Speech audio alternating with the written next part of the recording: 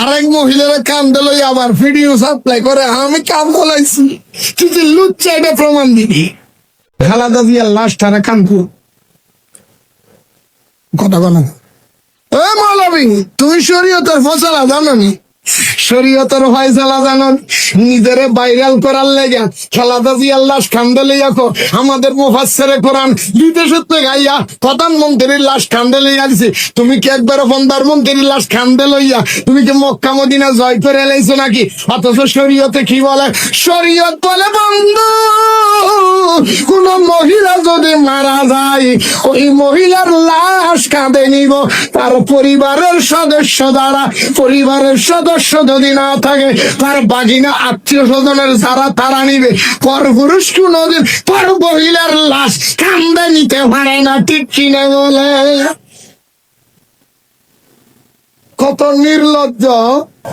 আরেক মহিলারা কান্দে লই আবার ভিডিও সাপ্লাই করে আমি কাম বলাইছি তুই যে লুচ্চা এটা প্রমাণ দিবি। আরেক মহিলারা কান্দে লই আবার ভিডিও সাপ্লাই করে আমি কাম বলাইছি তুই যে লুচ্চা এটা প্রমাণ দিবি। শুরুতেই একটি প্রশ্ন করি, আমাদের মিজানুর রহমান সাহেব তিনি বেগম খালেদা জিয়ার লাশের খাটিয়া তার কাঁধে নিয়ে তিনি কি লুচ্চামি করেছেন?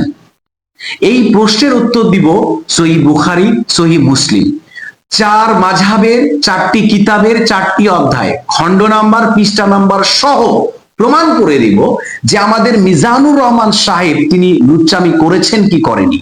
চলুন কথা না বাড়িয়ে আমরা সরাসরি আলোচনায় প্রবেশ করি। সম্মানিত দিনী ভাই ও বোন আমার, শুরুতেই আমি সহিহ বুখারীর একটি হাদিস এবং মুসলিমের একটি হাদিস আনবো। সহিহ বুখারীর 1325 নম্বর হাদিস, সহিহ মুসলিমের 945 নম্বর হাদিস। এখানে আল্লাহ রাসূল সাল্লাল্লাহু আলাইহি ওয়াসাল্লাম তিনি বলছেন, যে ব্যক্তি জানাজার সাথে থাকবে যতক্ষণ না জানাজা শেষ হয় সে পাবে 1 কিরাত সওয়াব, আর জানাজার দাফন পর্যন্ত যে থাকবে সে পাবে 2 কিরাত সওয়াব। এখানে একটুখানি আপনি একটা বিষয় নোট করে নেন, এখানে যে ব্যক্তির কথা বলা হয়েছে এখানে কোনো ম্যান অর ওম্যান, নারী অথবা পুরুষের কথা কিন্তু বলা হয়নি, প্লিজ এটি একটু নোট করেন। এবার আমরা মাযহাবের দিকে যাব। এই মাযহাবের দিকে যাওয়ার আগে আমরা একটি বড় মূলনীতিকে সামনে রাখি। দেখুন, ফিকহের এই বিষয়ের বড় মূলনীতি হচ্ছে, যদি কোনো বিষয়ে স্পষ্টভাবে হাদিস দ্বারা প্রমাণ না থাকে যে এটি হারাম, তাহলে ফিকহ কখনোই সেটাকে হারাম ফতোয়া দিতে পারবে না। এই মূলনীতিটা সামনে রাখেন। আসেন এবার আমরা একটু সামনের দিকে যাই। সম্মানিত দিনী ভাই বোন আমার, আমরা এবার 4 মাযহাবের 4টি কিতাবের 4টি অধ্যায়, পৃষ্ঠা নাম্বার, খণ্ড নাম্বার সহ উল্লেখ করতে চলেছি। শুরুতেই আমাদের দেশে যেহেতু হানাফি মাযহাবটা খুবই প্রসিদ্ধ, এজন্য আমরা হানাফি মাযহাবটাই সামনে নিয়ে আসি। হানাফি মাযহাবের বইয়ের নাম হচ্ছে ফাতোয়া আলমগীরি, খণ্ড নাম্বার 1, পৃষ্ঠা নাম্বার 162। মাইন্ড ইট, খণ্ড নাম্বার 1, পৃষ্ঠা নাম্বার 162, অধ্যায় হচ্ছে কিতাবুল জানাজা। এখানে বলা হচ্ছে, নারীর জানাজার খাটিয়া পুরুষরা বহন করতে পারবে, কারণ লাশ কাফনে আবৃত থাকে, এতে ফিতনা হওয়ার কোনো আশঙ্কা নেই। এখানে একটুখানি মার্ক করে নেন, এখানেও বলা হচ্ছে নারীর জানাজায় পুরুষরা, নারীর জানাজার খাটিয়া পুরুষরা বহন করতে পারবে, মাইন্ড ইট, পুরুষরা। ওকে, আচ্ছা এবার আসেন আমরা শাফি মাযহাবে যাই। সেখানে বইয়ের নাম হচ্ছে আল মাজমু।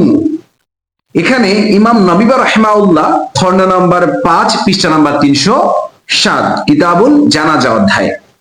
এখানে বলছে, নারীর জানাজার খাটিয়া পুরুষরা বহন করতে পারবে, কারণ খাটিয়া বহন করা মানে দেহ স্পর্শ করা নয়। এখানেও কিন্তু মনে রাখবেন, নারীর খাটিয়ার জানাজার খাটিয়া পুরুষরা বহন করতে পারবে, এখানেও কিন্তু পুরুষ, অনলি ফর ম্যান।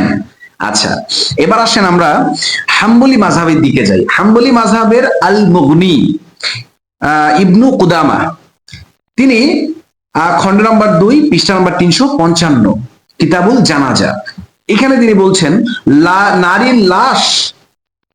নারীর লাশ বহন পুরুষদের অংশগ্রহণ জায়েজ। অর্থাৎ একটু সহজ করে বলি, এখানে বলা হচ্ছে যে নারীর জানাজার লাশের যে খাটিয়া, এইখানে পুরুষরা এটা বহন করতে পারবে, এক্ষেত্রে হাদিসের কোনো বাধা নেই। এখানে কিন্তু পুরুষের কথাই, অর্থাৎ এ পর্যন্ত তিনটি মাযহাব একই কথা বলছে যে পুরুষরা বহন করতে পারবে।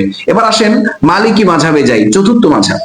এখানে বইয়ের নাম হচ্ছে আশ-শারহুল কাবারি দারদি। এখানে খণ্ড নম্বর 1, পৃষ্ঠা নম্বর হচ্ছে 426, অধ্যায় হচ্ছে জানাজা। এখানে বলা হচ্ছে শালীনতা ও পর্দা বজায় থাকলে নারীর জানাজার খাটিয়া পুরুষরা বহন করতে পারবে।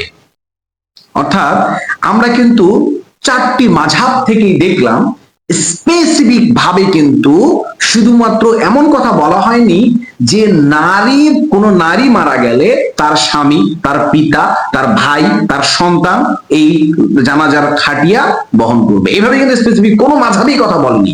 হাদিস তো বলেনি, হাদিস তো ওইদিকে থাকলোই, হাদিস তো এই কথা বলেই নাই। বরং চার মাযহাবের কোনো ফতুয়ায় কোনোভাবে বলা হয়নি যে কোন নারী যদি মারা যায় তাহলে তার অমুক এই খাটিয়া বহন করবে, যদি না থাকে তাহলে অমুক, যদি না থাকে তাহলে অমুক, এভাবে কিন্তু ধারাবাহিকতাও কিন্তু বর্ণনা করা হয়নি। বরং এখানে স্পষ্ট করে বলা হয়েছে পুরুষরা এই নারীর জানাজার খাটিয়া বহন করতে পারবে। চারটি মাযহাবই কথা বলছে যে পুরুষরা কিন্তু বহন করতে পারবে।